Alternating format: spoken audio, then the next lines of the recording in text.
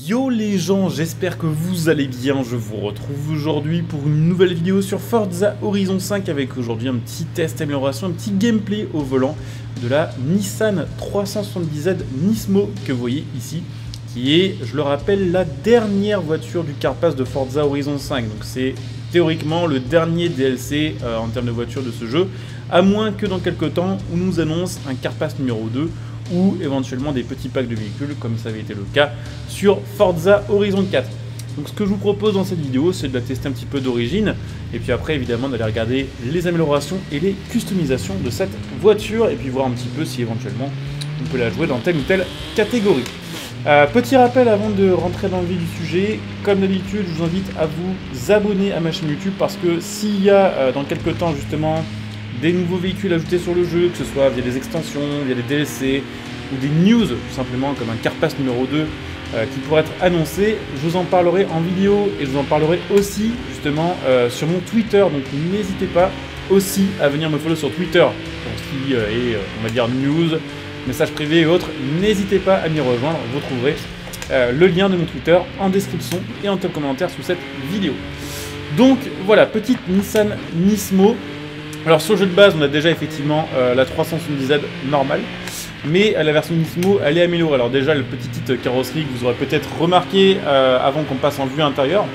On a une voiture qui est retravaillée au niveau du châssis. Il me semble que les barres anti-roulis, les suspensions et autres sont améliorées. Également les freins, je crois, par rapport à la 370Z normale. On a une version un petit peu allégée et surtout une version un peu plus puissante aussi, puisqu'on passe à 350 chevaux. Toujours sur le même moteur, le V6 3,7 litres. Donc les performances sont meilleures en tout point. On a le 0 à 100 qui passe à 4 secondes 8 si je dis pas de bêtises. Et une vitesse de pointe aux alentours des 290 km/h.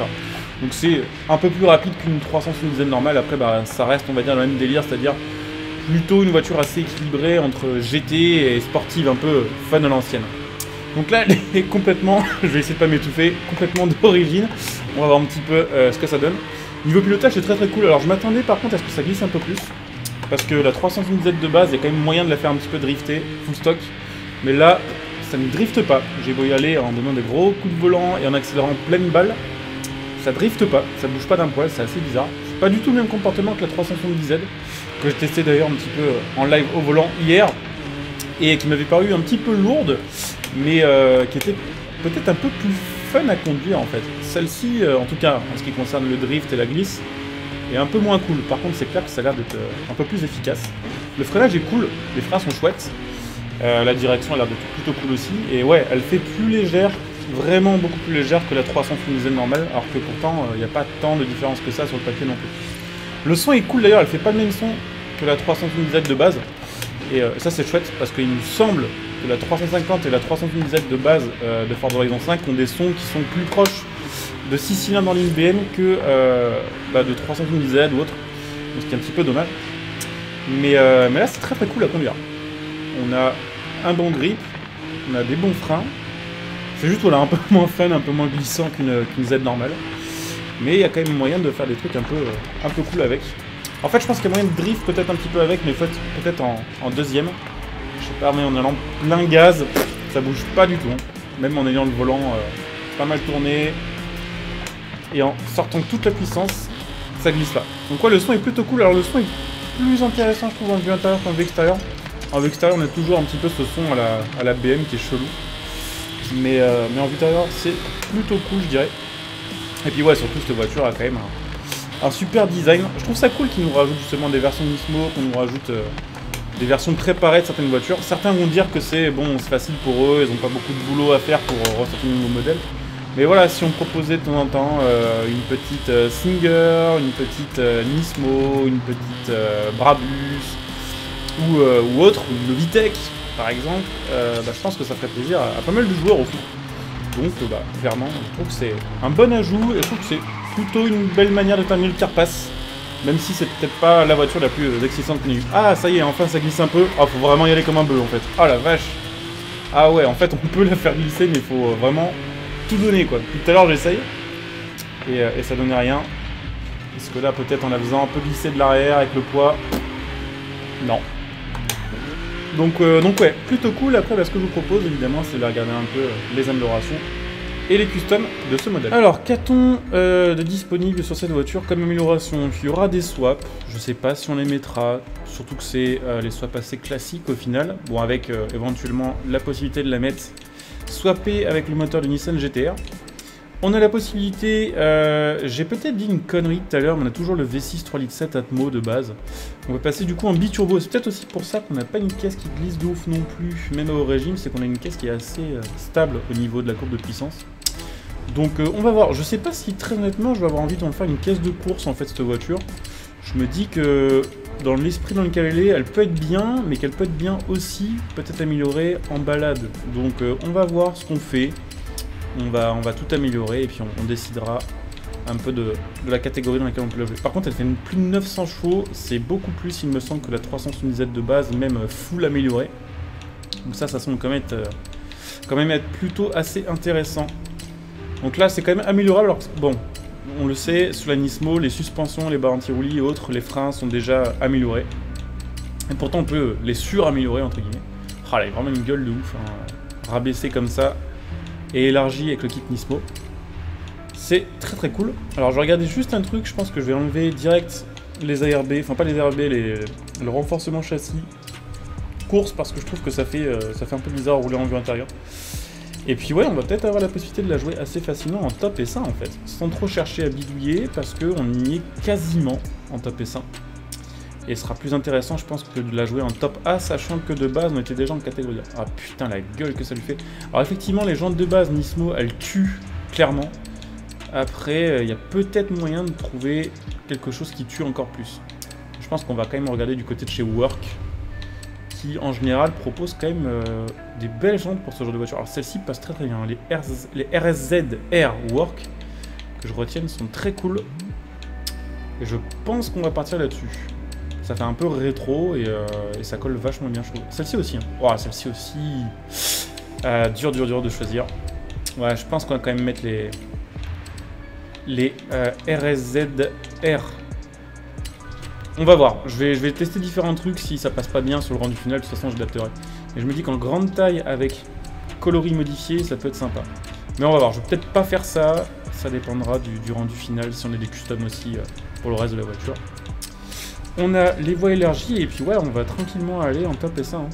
Ah, on a un surkit Nismo dispo, ok. Alors ce qui est un petit peu dommage, c'est que... Ah ouais, non, le kit Varis il tue. Je me demande si en fait c'est pas le même kit dispo que sur la 370Z de base en fait. Mais celui-ci il claque. Celui-ci je pense qu'on l'a pas hein, sur la 370Z, il est assez fou, je dirais. Enfin on va voir. Mais il me semble que ces deux-là par contre sont dispo. À voir, à vérifier. Quelqu'un peut-être pourra me dire en commentaire ou peut-être que je vérifierai dans cette vidéo avant la fin.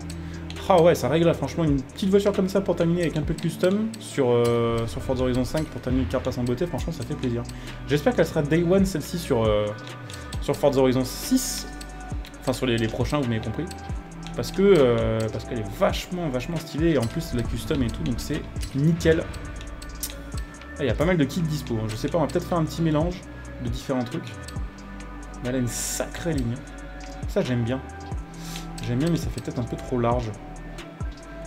Tac. Et voyons voir le capot. Petit capot Varis aussi. Donc là, ouais, ce qu'il y a, un petit peu chelou, c'est qu'on a fait un mélange entre le kit Varis et le kit Nismo. Mais en vrai, pourquoi pas hein. Pourquoi pas. On va mettre tout le kit Varis pour voir. Oh, elle est monstrueuse. Et j'aime bien les jantes que je lui ai mis. C'est vrai que j'avais un petit peu des doutes au début. Mais elle claque en fait, elle claque de ouf. Et après il y a éventuellement l'aileron, peut-être qu'on peut encore un peu changer. Celui du kit de base est pas si fou. Et en vrai, pour une fois, j'ai envie de mettre le gros aileron. Il est vraiment gigantesque celui-ci. Il est trop gros. Il est trop gros. Il aurait été un tout petit peu plus raisonnable, je l'aurais mis, mais là il est juste trop gros. Et en fait, je me dis que l'aileron de base, il est peut-être suffisant. Ah, c'est difficile de choisir. Mais ouais, que je regarde un peu si ça fait... Est-ce que ça change quelque chose ou pas pour les perfs? Pas vraiment, à part qu'on gagne un peu en vitesse. Ah, on va peut-être mettre celui-ci, hein. Tout con. Tout con mais présent. Par contre, ils sont pas réglables, alors que celui-ci est réglable. Et celui-là aussi. Bon, allez, on va trancher. On va plutôt partir sur celui-ci, je pense. Et puis on verra ce que ça donne après avec le reste des améliorations. Donc là, on va juste baisser un petit peu la puissance parce qu'on n'est pas en top S1. Et puis je vais vous montrer aussi évidemment les peintures, s'il y a quelques petites peintures. Donc effectivement, il y a plusieurs coloris, Nismo, et notamment il y a celui-ci qui rend hyper bien, notamment parce que le kit Varys conserve justement le biton grâce aux couleurs carbone. Et ça claque de fou. Donc je pense qu'on va mettre ça, on va regarder éventuellement pour mettre l'aileron. Ah dommage, on peut pas le mettre couleur carbone. Alors ça j'aurais bien aimé par contre. Ok, il y a juste les jantes après éventuellement qu'on peut changer de couleur. Mais je pense que les couleurs de base sont cool en fait. En noir aussi, bah ça claque hein, évidemment, mais on va regarder dans les coloris spéciaux. Le carbone aussi pourrait être sympa peut-être sur ce genre de voiture. Ou après couleur laiton ou autre. Pour faire le petit rappel à l'ancienne, comme les anciennes Nismo. Mais ouais non en fait je trouve que le mieux c'est quand même avec la couleur d'origine. Donc on va se tester ça comme ça. Donc c'est parti, on va faire une petite course avec notre Nissan 370Z Nismo amélioré. Avec donc le petit kit carrosserie, avec les améliorations qui vont bien. Et surtout un son amélioré, grâce effectivement à l'échappement course qui est posé. Bon après on a une caisse qui à mon avis va être assez dure à conduire quand même, je pense qu'elle aura pas beaucoup d'appui. Et que en fait c'est peut-être une erreur de l'avoir joué en S1. Je la joue en S1 parce que bon, j'aime bien avoir mes voitures, on va dire, allez, une catégorie ou deux au-dessus de leur catégorie de base. Donc voilà, ça me faisait chier de faire une vidéo en A alors que de base la voiture est déjà en A. Mais en fait là c'est clair qu'elle va pas avoir assez d'appui à mon avis pour être utilisable à des vitesses un peu élevées. Après je pense qu'elle est maintenant hyper cool à conduire et qu'elle doit bien drifter avec 800 chevaux en profil. Je dis 800 parce qu'on en avait 900 tout à l'heure mais j'ai un petit peu désamélioré pour avoir ce qu'il fallait niveau indice performance. Et allez, à la manette ça se joue bien et je pense qu'au volant, bon, on testera ça après en mode un peu libre avec 900 chevaux. On ira peut-être la maxer ou la mettre dans une autre config pour voir. Je trouve qu'elle est vraiment incroyable. L'arrière est chouette et c'est trop bien de faire des courses de rue avec ce genre de caisse. Il suffit de voir un petit peu, je dis toujours, c'est vrai que là je vais me contredire un peu, mais je dis souvent que les customs c'est plus le truc de Need for Speed, que c'est pas très grave que sur Forza on n'est pas beaucoup. En fait il suffit de voir que les modèles où il y a un peu de custom, on les apprécie quand même beaucoup plus que les modèles sur lesquels on peut pas changer grand chose ou sur lesquels il y a juste le kit Forza de dispo et les améliorations.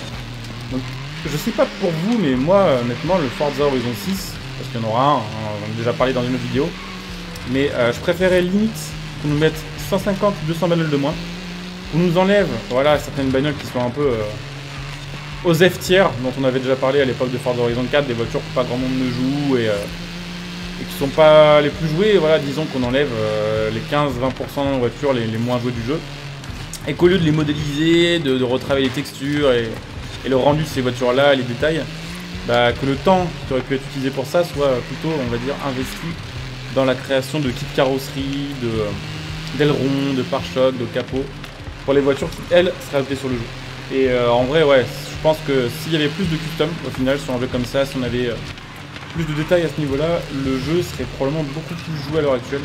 Parce que bah, une voiture qui est customisée, une voiture qui est réglée comme on l'aime, bah, on a tendance à plus la jouer tout simplement. Et si au lieu de jouer une voiture 10 minutes, on la joue 1 heure, bah, forcément la durée de vie du jeu, elle est pas ce qu'il faut. Donc ouais, petite 370Z Nismo qui n'est pas facile à conduire. De toute façon, on va tester ça au volant pour voir un peu. Donc on va arriver à la fin de la vidéo, mais je vais quand même vous faire un petit gameplay au volant, histoire de terminer avec notre Nissan SC 900 chevaux. Je vais en profiter quand même pour rappeler évidemment que si vous appréciez le contenu, vous pouvez liker, vous abonner, vous pouvez venir me retrouver sur Twitch pour les prochains lives. Comme d'hab, la chaîne Twitch est en description et en top commentaire. Donc n'hésitez pas à venir follow pour les prochains lives. N'hésitez pas, si vous avez Amazon Prime, à utiliser votre Twitch Prime sur la chaîne Twitch, ce qui vous permettra de me soutenir gratuitement en vous en profiter de plein de petits bonus, de plein de petits avantages. Vous pouvez évidemment me soutenir gratuitement en faisant vos achats après réduit en utilisant mes liens de soutien sur cette vidéo. Mon lien Stangling pour acheter vos cartes d'abonnement et vos jeux. Mon lien Matériel.net, oui c'est ça, pour acheter vos composants PC. Et puis pour ceux qui souhaitent me soutenir sur le long terme, tout en profitant là aussi de petits bonus, n'hésitez pas à devenir un soutien de la chaîne via le bouton rejoindre sous cette vidéo. Donc comme ça, l'outro est faite, et puis on va pouvoir un petit peu la rouler encore. Cette petite Nissan, on va essayer de la faire un peu glisser, mais bon, voilà, je vous spoil, hein, mais je fais un peu une quiche en drift au volant. Je vous avoue que pour l'instant, j'arrive pas, c'est pas spécialement le genre de voiture que je conduis d'habitude au volant. Et puis on va essayer de la faire un peu glisser, de s'amuser un peu avec quand même, avant la fin de cette vidéo. Et puis ouais, je dois avouer que clairement, je pensais j'allais être un petit peu déçu par cette voiture-là, parce que je me suis dit, bon bah ils nous ont déjà mis la 350Z sur ce jeu, est-ce que la Nismo aura vraiment un intérêt, est-ce qu'elle va être vraiment assez différente? Et en fait c'est un autre monde, c'est complètement autre chose. Même si on mettait 350 chevaux et 1500 kg avec les améliorations de poids sur la 350Z normale, je pense qu'elle aurait pas ce comportement-là en fait. Celle-ci de base elle est beaucoup plus performante, ça n'a rien à voir. Mais là je parle même pas de ligne droite ou quoi, même en virage, c'est complètement un autre délire que la 370Z de base, même améliorée, n'est pas capable de faire en fait. Pardon, dans un autre style. Par contre avec les améliorations et les customs, ça donne un côté archi fun à la Nismo, avec ouais, des kits carrosserie, avec des améliorations un peu différentes, un peu plus violentes que sur la 370Z. Et ça donne une caisse qui du coup peut être, on va dire, hyper efficace, et qui peut être aussi à côté de ça complètement marrante à conduire selon les presets, selon les réglages que vous allez mettre. Bon, par contre elle n'a pas du tout d'appui à l'arrière, enfin, genre même avec l'aileron qu'on a là, ça ne donne rien. Donc c'est un peu useless, mais elle est très très cool à conduire franchement.